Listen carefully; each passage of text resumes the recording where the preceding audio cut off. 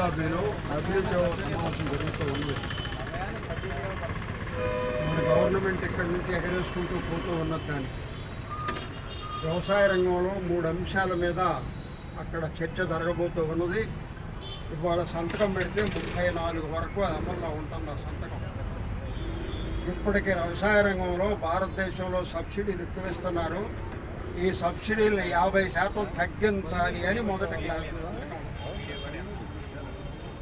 రెండవ క్లాసు, మీరు ఆహార భద్రతా చట్టం పేరుతోటి పంటల్ని మార్కెట్ కంటే ఎక్కువ రేట్లు నిలబెడుతున్నారు.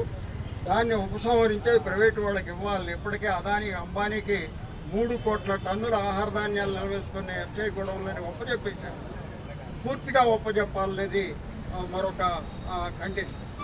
అట్లాగే పశువులు చేపలు కూడా ఈ అగ్రిమెంట్లో కంటే మన పాడి రంగం కూడా న్యూజిలాండ్ నుంచో ఆస్ట్రేలియా నుంచో హాలండ్ నుంచో పాలపొడి దిగుమతి అయితే మన పాడి గేదెలన్నింటి ఇలాగే సర్దేసుకోవాల్సిన పరిస్థితి వస్తుంది. ఇవన్నీ కూడా వ్యవసాయ రంగానికి సంబంధించి ఉన్నాయి. అందుకే మన సంయుక్త కిసాన్ మోర్చా చెప్పింది, ఈ దోహా రౌండ్ చర్చల్లో బహిష్కరించండి, అక్కడ వెళ్ళి సంతకాలు పెట్టొద్దు అని చెప్పి డిమాండ్ చేస్తూ ఉంది ఈ రోజున. అంతేకాకుండా ఏదైతే 2 సంవత్సరాల నాడు విరమించే రోజున రాతపూర్వకంగా హామీ ఇచ్చావో ఆ చట్టాలను అమలు పరచమనేది 2వ ఇది. అందుకని వీటిని అమలు పరచకపోతే నిన్ను దించేయటం తప్పదు.